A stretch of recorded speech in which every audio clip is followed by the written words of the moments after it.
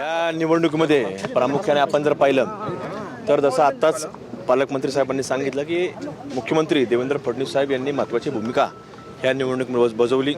त्याचप्रकारे प्रामुख्यानं ज्यांनी या निवडणुकीमध्ये अक्षय कर्डिले यांच्या पाठीमागं पालकाच्या रूपाने जी भूमिका बजावली ती जिल्ह्याचे पालकमंत्री नामदार विखे पाटील साहेब असतील, त्याचप्रकारे भारतीय जनता पार्टीचे राज्याचे उपाध्यक्ष सुचेदादा असतील, या सगळ्या लोकांनी वेळोवेळी ज्या ज्या गोष्टी कराव्या लागतील त्या केल्या आणि त्याच्या माध्यमातून आज एवढा मोठा विजय।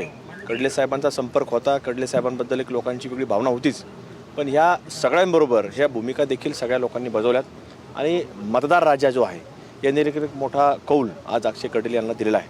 त्यामुळे आम्ही सगळ्यांचेच या ठिकाणी आभार व्यक्त करतो। महाविकास आघाडीकडून सातत्याने आरोप होत आहे, मात्र आपण जर विधानसभा महानगरपालिका पूर्णपणे भूमिसफल झाला असं असताना देखील प्रचारादरम्यान मोठा गुंडागर्दीचा आरोप, दहशतचा आरोप। नाही, शेवटी विरोधक आहेत, विरोधकांना बोलावंच लागतं, कारण बोलायला काहीतरी ठेवावं लागतं, मग ते बोलत असतात आणि त्या प्रकारे भूमिका मांडत असतात।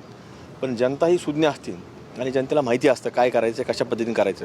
त्यामुळे कर्डिले साहेबांचं काम असेल, राज्याच्या सर्व नेते मंडळी असतील, जिल्ह्यातले सगळे नेते मंडळी असतील, यांनी सर्वांनी ताकद, मतदार राजा सुद्धा असेल, यांनी ताकद अक्षय कर्डिले यांच्या पाठीमागे उभा केली। आपल्याला विजय पाहायला मिळाला। निवडणुकीचा अंतिम निकाल खालीलप्रमाणे।